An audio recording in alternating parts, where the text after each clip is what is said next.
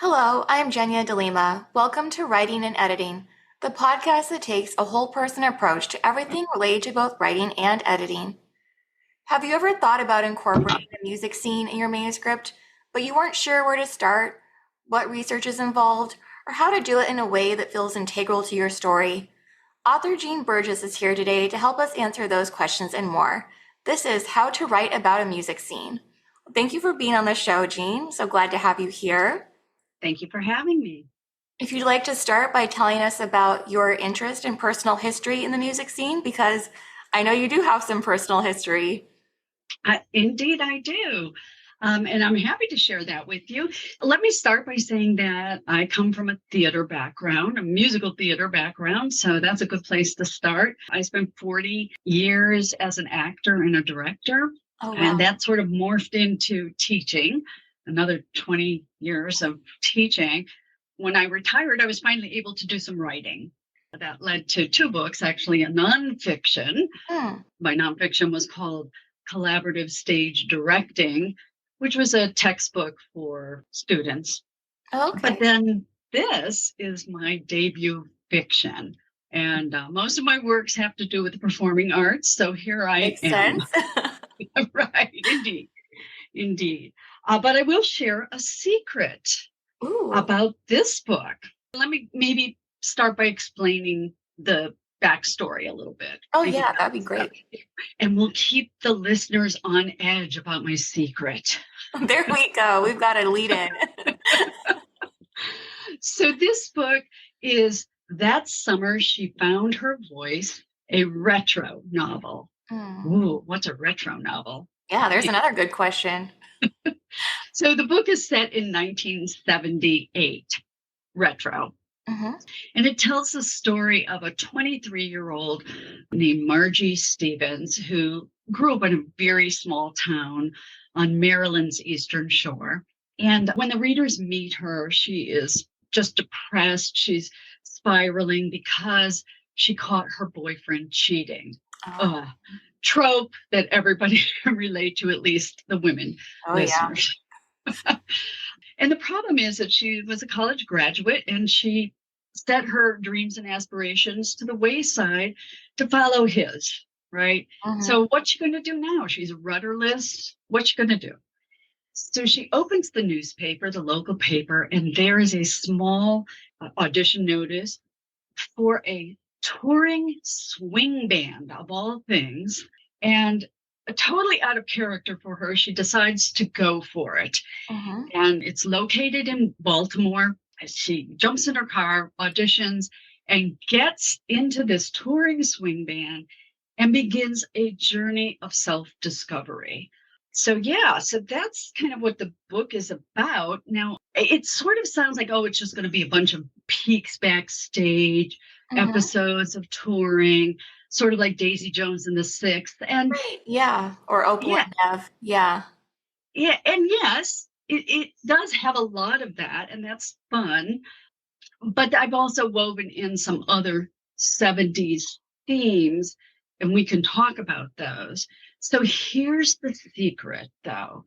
Inspiration for the book. I mentioned I have a theater background. My very first professional job right out of college, I actually was a singer and a dancer in a big band that traveled around the country. Oh. So I had a lot of source material. Now, this occurred in the Midwest, where I'm from, and everything is fictionalized in this story. I want to make that perfectly clear. The characters are conglomerates of people that I've known through the years. So they're all creations. There's a little bit of criminal intrigue that I've written into the story. Also want to make it clear that never happened in the band.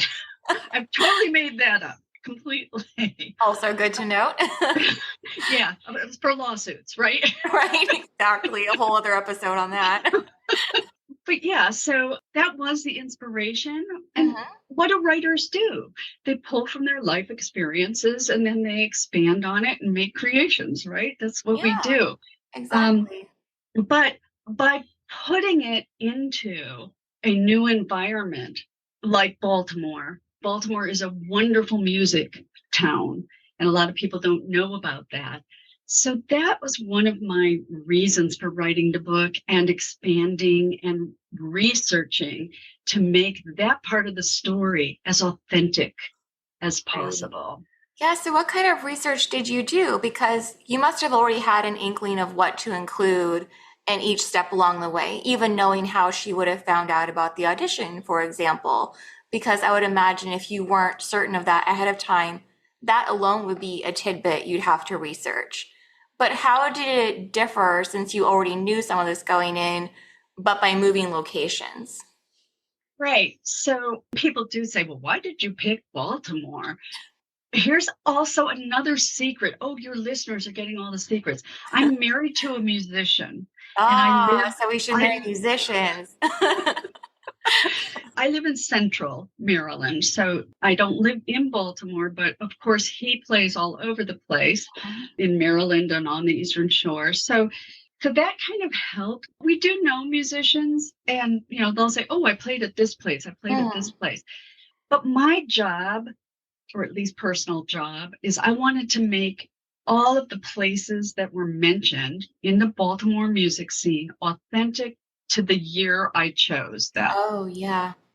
So if Margie and some of her bandmates on their days off in 1978 went to a jazz club, I wanted to make sure it was a real jazz club. I could have cheated and just made up a name of some little hole in the wall place, but no. I wanted it to be real. And so that was where some of the research on the music scene in Baltimore, where some of that effort went in. And also the bands that were playing there, the local bands, I researched that those were real bands that were local to Baltimore at that time. That was important to me, just a mission, personal mission, a lot of hard work, but it was important to me. I think that's a really great thing that you've brought up, just because even if you've seen any live performances at all, and you think about how the people on stage interact with each other, interact with the audience, what is their performing personality like? All that's really going to go into setting that scene and even just the atmosphere and contributing to what it's like, not just for those on stage, but for those in the audience. That all makes a difference. That is so true. And, we as writers talk about creating the world, right? Yeah. So there's two clubs that I mentioned, and I just described that. Margie and her two bandmates go. And one club is a smoky, tiny little jazz club and describe that. The other is called the Famous Ballroom. And it was a ballroom where in the 40s, 50s, and 60s, some of the greatest jazz players, like Ella Fitzgerald, was hosted there. Duke Ellington's band came down from New York, and classy back then. Cab Calloway, some of the greats. That's not who they were seeing when they visited in 1978. But even John Coltrane, if any of your listeners are into jazz cats, right, played there in 1967. So I described these two diverse music scenes in Baltimore, even as late as 1978. Now, those two places are not there anymore. And I felt I wanted to describe legacies too that aren't there anymore. So, it was a little bit part of my mission.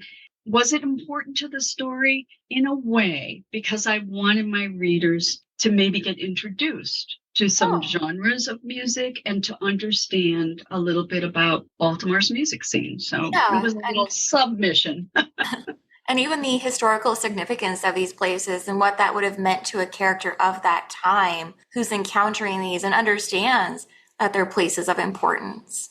Yes, absolutely. You get it. Yeah, so the feedback that I'm getting from the book is that it is a woman's fiction in a sense. So it's about Margie's story and about what she's discovering about herself. And the title is That Summer She Found Her Voice. There are issues where she doesn't know how to express herself. So we were talking about these themes. There's three themes of the era that I've woven in. One is emerging feminism in the late 70s. So this is the second wave of feminism. yay, women have the right to vote, right? Right. But what else? And this was when they were struggling to get equal pay and other kinds of rights. And we're still working on that. Yep. Another theme that I wrote about that Margie is dealing with is she's seeing this racial intolerance. She came from this teeny tiny town, and now she's out in the whole world and touring across the country. And she doesn't know what to do with this new knowledge and how to speak up about it. Mm-hmm.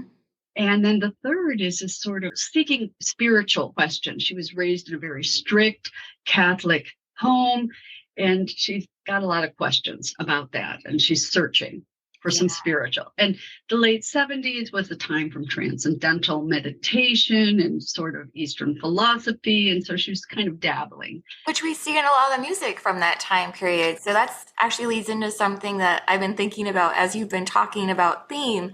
How does music play into that theme? And then how do you get that across in a way that's subtle? Yeah, so the spiritual question I didn't really explore in terms of music, although I probably could have. Oh, yeah, just thinking about some of the bigger songs and then artists that were around in the 60s or the end of the 60s. And then as they moved into the 70s, you see that shift even in their lyrics and their style of instrumental use. That is such a great point. And I hope that people maybe read the book and sort of make those connections just as you have. I mean, that's lovely. Thank you. You're welcome. I love it. That's what I'm hoping for the book. I'm hoping that people will have conversations. I've put topics of discussion in the back of the book. Oh, nice. Hoping that maybe book clubs or even just two people over coffee will have some discussions. And how is the book relevant today? Even though it's a retro novel, some of these conversations today are so relevant as well. Well, even like you just said, some of the themes and how those themes are still present right now. It might not be the exact same set of circumstances, but it is still something that we are working toward. Or even if we look at it with that self-discovery and sense of the self, that's something that we all go through. So that's a theme that's always relevant. Absolutely. And this whole overarching idea of authentic voice and how Margie is struggling for her own authentic voice. I'm still working on it. And this goes along with it too. So I was thinking about music and how we can hear a certain song and it takes us back to that time we first heard it. Those feelings might not be as raw and pressing as they were when we were first in that moment. But how do we get that across the music that is felt and heard without having those additional components like the vocals and the instruments? And how do we do it with just writing alone? Oh, that's such a great, and I so struggled with that because of course I would have loved to use lyrics. Right. And I had them all the way through until I realized how difficult as a writer it is to use lyrics because of course you have to look for permissions. And a lot of times you have to pay for the use of the lyrics. And, I'm a new writer. I don't have a big publishing, although I have a indie press. This was published by Apprentice House Press, but it's a small, they're not going to pay. So I had to take all the lyrics out, which just about broke my heart. But titles, you can use the titles. So I tried to find songs that were expressive in their titles. Oh, that's good. So, and I should give you an example. As she's driving home at the end, when she puts an 8-track under the dash 8-track player, so there's a great retro image of her playing. So lovely, an Earth, Wind, and Fire tape. That's the way of the world. I thought that title sort of summarized her arc as a character. For example. That's clever to look at it that way. Yeah, to even tell the story of her in song titles by doing that too. Yeah. And then also when she was going to her audition, there was a Jackson Browne tape that she put in. I think a lot of us naturally do that anyway. I mean, at least I have. Or you go about your day or you're in a certain part of your life that is really hard or maybe everything's going wonderfully. And, every once in a while you think, this is the song, if this was a movie, that would be playing right now. Exactly. The soundtrack of your life. Yes. And so I had to be very thoughtful about that once I had to let go of the lyrics. Mm-hmm. The other thing that I had to do, or that I chose to do, is as Margie was exploring new genres of music, because she was classically trained for voice, Mm-hmm. but she wanted to learn about different music like jazz and bebop and funk, which was very popular during that time period, R&B. And so these two bandmates were kind of helping her explore these. She would describe music in her Okay. journal. She would describe it. So I had to listen to a lot of YouTube music and then say, oh, this is where Chicago in Saturday in the Park, where the tempo changed. When I would Yeah. describe it in musical terms, it was nice to have a husband who was a musician who I could run that past and say, am I describing this right in terms of Mm-hmm. a musician's ear? And then he would give me some pointers. So that was nice. How did you incorporate some of that jargon that's specific to music in a way that a layperson would understand? Well, since I'm a layperson, in terms of describing music, I would put it in my terms, and then I would say to my husband, okay, am I describing this right? And if he'd get too technical, I'd say, Mm. So we would kind of tag team there. So you were really your own focus group. Exactly.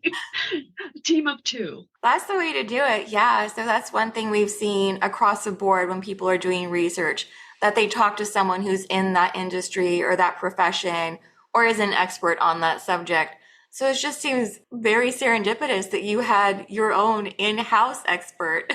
Yes, but one other thing that I used in my research for historical research was Mm-hmm. interviews. Oh, Interviews nice. were essential. So when I was talking about the Baltimore music scene Mm-hmm. in 1978, I talked to both Black and white musicians who actually performed so that I could get the real story. Yeah. Baltimore embraced diversity in bands during that time period, except, and one Black musician told me, where there were a couple of exceptions. Mm. And so larger band leaders would sometimes not use any Black musicians Oh.